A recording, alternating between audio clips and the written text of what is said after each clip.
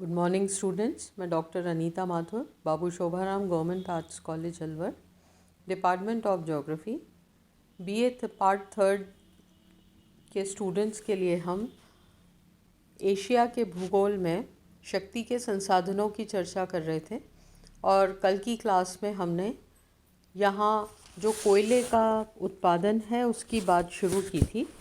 किस प्रकार का कोयला होता है, कितनी उसकी वैरायटीज़ होती हैं, प्लस उसकी जो माइनिंग होती है, उसकी जो खनन की प्रकार होते हैं, विधियाँ होती हैं, उसके बारे में चर्चा की थी। आज हम बात करेंगे एशिया में कोयले के उत्पादन और उसके जो रिजर्व्स हैं, जितने भी संचित भंडार हैं, रिजर्व्स हैं, आज हम उनकी बात करेंगे। अगर हम ओवरऑल देखें तो अगर हम विश्व के आधार पर देखें तो ऐसा माना जाता है कि विश्व का लगभग 35% कोल एशिया में पाया जाता है। एशिया में 35% रिजर्व्स हैं, जो टोटल हमने कोल का प्रोडक्शन लगाया है उसका। और अगर अभी जो निकाला जा रहा है कोल, जितनी माइनिंग की जा रही है, तो हम ये मानते हैं कि विश्व का लगभग 27% कोल अभी निकाला जा रहा है। तो हम ये देखिए, दोनों चीज़ों में फ़र्क है। रिजर्व्स हैं 35% और कोल का जो प्रोडक्शन है दैट इज़ 27% जो अभी हम निकाल रहे हैं। अगर यहाँ पे मेन प्रोड्यूसर्स की हम बात करते हैं तो चाइना, इंडिया, जापान और जो एशियाई रूस का क्षेत्र है, टर्की है, उत्तरी कोरिया और ताइवान, ये जो हैं ये मेन प्रोड्यूसर्स हैं जो इसका कोयले का उत्पादन कर रहे हैं। तो इसमें हम एक एक कंट्री लेके हम उसकी बात करेंगे। तो सबसे पहले हम बात करेंगे चीन की। ये सबसे बड़ा प्रोड्यूसर है एशिया का, और एशिया क्या, इसको विश्व का ही सबसे बड़ा प्रोड्यूसर माना जाता है। और रिजर्व्स की दृष्टि से तो ये तीसरे नंबर पे है, पर प्रोडक्शन की दृष्टि से ये पहले नंबर पे माना जाता है। और चीन का जो अधिकांश कोयले की जो बेल्ट है वो हांगहो और यांगटीसिकियांग बेसिन का जो क्षेत्र है वहाँ पर स्थित है। और इसके जो प्रमुख उत्पादक क्षेत्र हैं वो इस तरह से हैं कि पहला, हम अगर आप मैप खोल के बैठ जाएं तो आपको काफ़ी सहूलियत होगी। तो सबसे पहले हम बात करेंगे उत्तरी पश्चिमी क्षेत्र की। जो चीन में उत्तरी पश्चिमी क्षेत्र है उसमें संचित कोयले का सर्वाधिक भंडार यहाँ पर ही पाया जाता है, जितने रिजर्व्स हैं। और यहाँ एंथ्रेसाइट कोयले का सर्वाधिक बड़ा भंडार, विश्व का जो सबसे ज़्यादा रिजर्व है एंथ्रेसाइट का, वो यहाँ पर ही पाया जाता है। यहाँ शांगसी, शैसी, कासू, होनान ये प्रमुख उत्पादक हैं यहाँ के। और यहाँ पर जैसे हम ये मानते हैं कि यूएसए में पेंसिल्वेनिया का जो क्षेत्र है वो संसार का दूसरा बिटुमिनस का क्षेत्र है। और उस दृष्टि से देखा जाए तो यहाँ पर चीन का ये सबसे प्रमुख उत्पादक क्षेत्र है। और ये एक उच्च प्रदेश है। यहाँ पर शांगसी का लोगस उच्च प्रदेश का है, पठारी क्षेत्र है, जहाँ पर सबसे बड़े एंथ्रेसाइट के भंडार पाए जाते हैं। बिटुमिनस के सबसे ज़्यादा भंडार कहाँ पाए जाते हैं? यूएसए में, पेंसिल्वेनिया में। और एंथ्रेसाइट के सबसे अधिक रिजर्व्स कहाँ पाए जाते हैं? वो चाइना के इस भाग में पाए जाते हैं। फिर हम बात करेंगे हुपे क्षेत्र की। हुपे, या इसको होनान भी कहा जाता है, यहाँ पर चीन का लगभग 50% प्रोडक्शन होता है। रिजर्व्स की बात नहीं कर रही हूँ, 50% माइनिंग यहाँ पर होती है। यह जो क्षेत्र है ये बीजिंग के समीप है और शांसी के पठार पर फैला हुआ है। यहाँ पर भी एंथ्रेसाइट और बिटुमिनस इनके बड़े भंडार पाए जाते हैं। फिर तीसरा नंबर पे आता है मंचूरियन क्षेत्र। ये चीन का सबसे बड़ा कोयला उत्पादन क्षेत्रों में इसको शुमार किया जाता है। और यहाँ पर जो कंडीशंस हैं वो कंडीशंस इसके लिए काफ़ी अच्छी हैं, अनुकूल दशाएं हैं। जैसे उच्च कोटि का जो बिटुमिनस कोयला यहाँ पर है, और कोयले का अधिकांश जो रिजर्व है या भंडार है वो जो भूमि की सतह है उसके पास ही स्थित है। और कोयले की लगभग 120 मीटर तक की मोटी मोटी परतें यहाँ पर पाई जाती है। तो उसको निकालने के लिए लागत भी कम आती है। बहुत ज़्यादा अंदर डेप्थ में भी नहीं जाना पड़ता है। तो यहाँ पर बहुत फेवरेबल एरिया है कोल प्रोडक्शन के लिए। और यहाँ पर फुशनु, फुहाशिर और पेंसीहू ये जो हैं ये प्रमुख क्षेत्र हैं। और फुशून में विश्व की सबसे मोटी कोयले की परत यहाँ पर 120 मीटर के लगभग जिसकी मोटाई पाई जाती है वो पाई जाती है। तो मतलब ये जो क्षेत्र है इसमें भंडार अच्छे होने के साथ साथ बहुत ज़्यादा कन्वीनियंट चीज़ें क्या है कि यहाँ पर धरातल के समीप ही कोयले की परत है और कोयले की परत की मोटाई जो है वो बहुत अच्छी है, इसलिए यहाँ से कोयला निकालना बड़ा आसान है। फिर हम बात करेंगे शांतुंग क्षेत्र की। यह जो क्षेत्र है ये प्रायद्वीप में स्थित है और यहाँ पर बिटुमिनस, वो भी हाई क्वालिटी बिटुमिनस जो है उसके रिजर्व्स पाए जाते हैं। और यहाँ पर लूत और चुंगसिंग क्षेत्र जो है वहाँ पर माइनिंग करके इसको निकाला जाता है। इसके अतिरिक्त चीन में यूनानी देचवान प्रदेश जो है वहाँ पर भी अच्छी मात्रा में कोयला निकलता है। फिर हम बात करते हैं भारत की। भारत जो है ये एशिया में चीन के बाद दूसरे नंबर पे आता है और अगर वर्ल्ड प्रोडक्शन की दृष्टि से देखें तो ये तीसरे नंबर पर आता है। यहाँ पर जो रिजर्व्स पाए जाते हैं वो दो प्रकार की चट्टानों से जुड़े होते हैं। जो पहला वर्ग है वो निम्न गोंडवाना की समय की जो चट्टानें हैं जो कि हम जिनका टाइम मानते हैं लगभग 20 करोड़ वर्ष प्राचीन। जस्ट इमेजिन, गोंडवाना युग जब आया था तब की चट्टानें हैं जो कि आंध्र प्रदेश, बिहार, झारखंड, मध्य प्रदेश, छत्तीसगढ़, महाराष्ट्र, उड़ीसा, पश्चिमी बंगाल इन क्षेत्रों में फैली हुई है। और भारत के कुल प्रोडक्शन का लगभग 98% तो यहीं से हमें प्राप्त होता है। फिर बात करते हैं हम टर्शरी युग की, जो कि 5.5 करोड़ वर्ष पहले का हम समय मानते हैं। और इस समय कोयले के यहाँ पर 4 राज्य हैं जहाँ पर इस समय के चट्टानों में कोयला पाया जाता है, जिसमें असम, जम्मू कश्मीर, राजस्थान और तमिलनाडु है। हम ये मानते हैं कि लगभग भारत के लिए ऐसा माना जाता है कि 113 ज्ञात कोयला क्षेत्र हैं जिनके बारे में हमें पता है, जो कि ऑपरेटिंग है।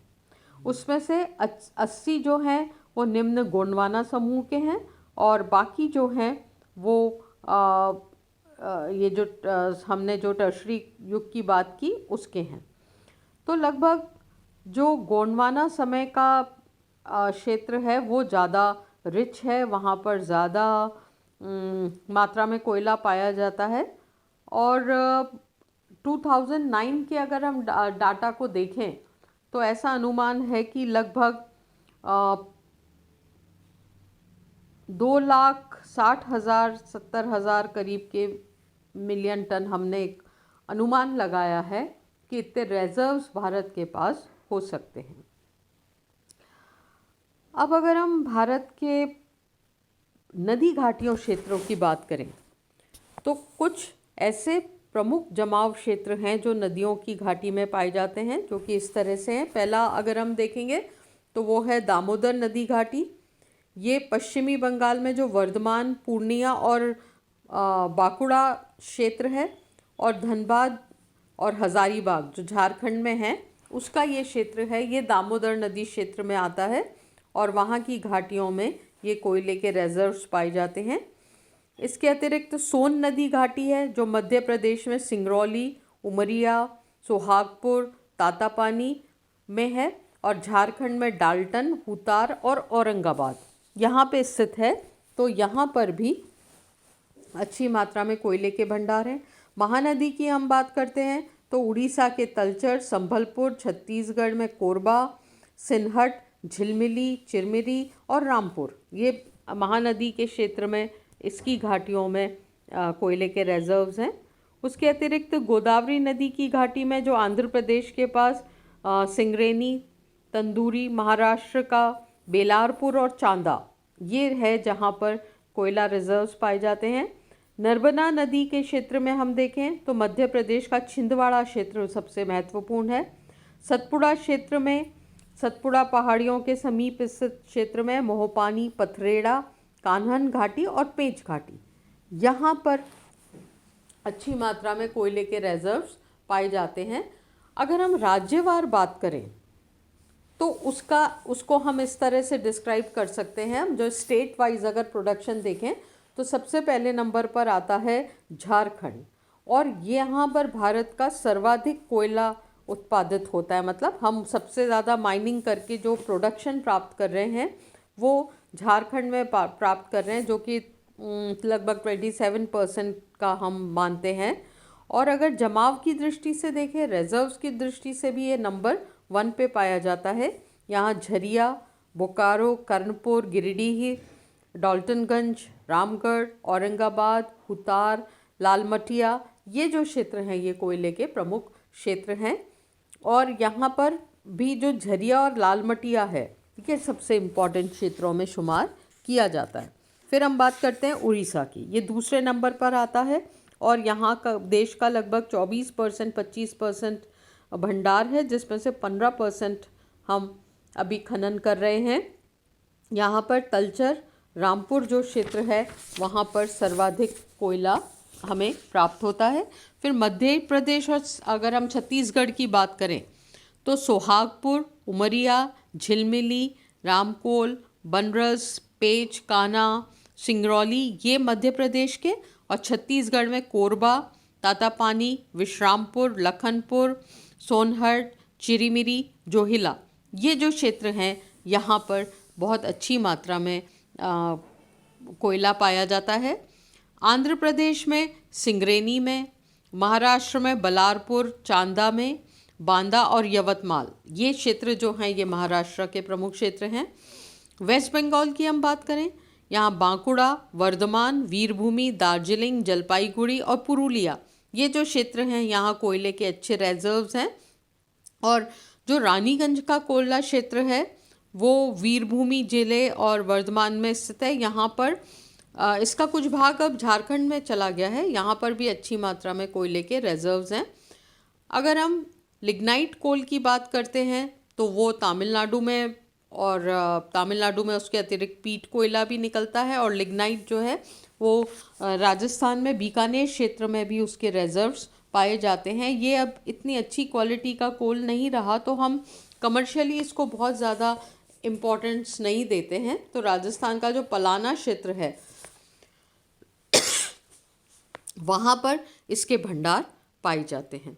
टर्शरी कोयला उत्पादकों में आते हैं, जिसमें ये राजस्थान का क्षेत्र आता है। इसके अतिरिक्त तमिलनाडु में जो अरकाट का क्षेत्र है, निवेली जहाँ पे प्लांट है जहाँ ये कोयला निकाला जाता है।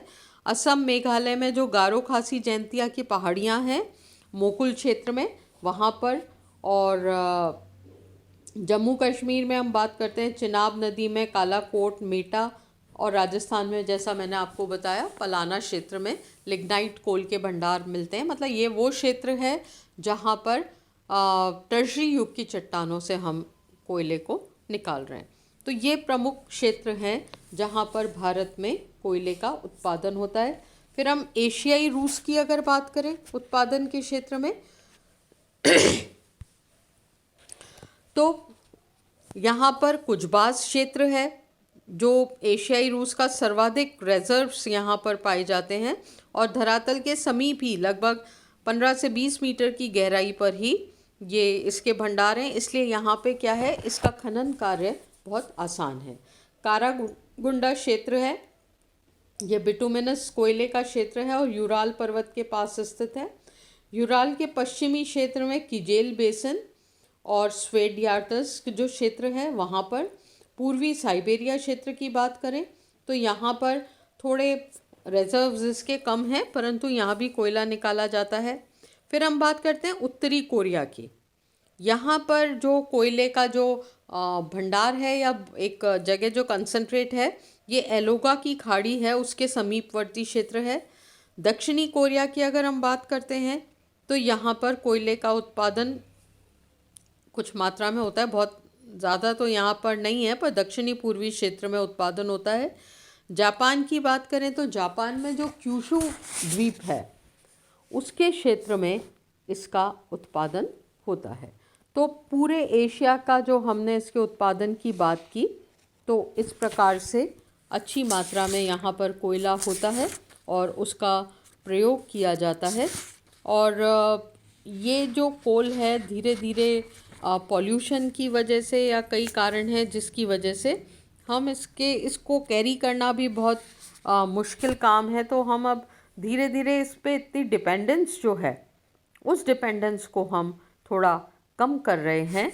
और कुछ कोयले की खदानों में भंडार इतने नीचे चले गए हैं कि वहाँ से कोयला निकालना बिल्कुल इकोनॉमिक नहीं रहा है। जैसे मैंने आपको राजस्थान की बात बताई थी, तो जो टर्शरी काल के जमाव है वहाँ पर ये प्रॉब्लम ज़्यादा आ रही है। इसके एक्सपोर्ट में भी थोड़ी सी प्रॉब्लम रहती है, तो बहुत मात्रा में इसका एक्सपोर्ट भी नहीं होता है, परंतु फिर भी अभी भारत में भी और एशिया में कई जगह इसके बहुत रिजर्व्स हैं जहाँ पर इसका निरंतर प्रयोग हो रहा है। चीन में उसकी वजह से पोल्यूशन की बहुत समस्या आ गई है। चीन में बहुत ज़्यादा इंडस्ट्रियल प्रोडक्शन है, बहुत उद्योग धंधों का बहुत भारी जमावड़ा है जहाँ पर इसका प्रयोग किया जाता है। तो ऐसे क्षेत्रों में चीन में भी प्रदूषण की समस्या उनको बहुत ज़्यादा आ रही है और वो भी अब इसका ऑल्टरनेट खोजने की कोशिश में है। तो हो सकता है कि आने वाले समय में जब हमें और नॉन कन्वेंशनल एनर्जी रिसोर्सेज में हम विकसित हो जाएं, तो हमारी कोयले पे डिपेंडेंस जो है वो धीरे धीरे कम हो जाए। परंतु अगर वर्तमान स्थिति में देखें तो अच्छा इसका यूज़ होता है, अच्छा इसका व्यापार होता है। तो ये एक अच्छे पावर रिसोर्सेज के रूप में हम इसको देखते हैं। Thank you.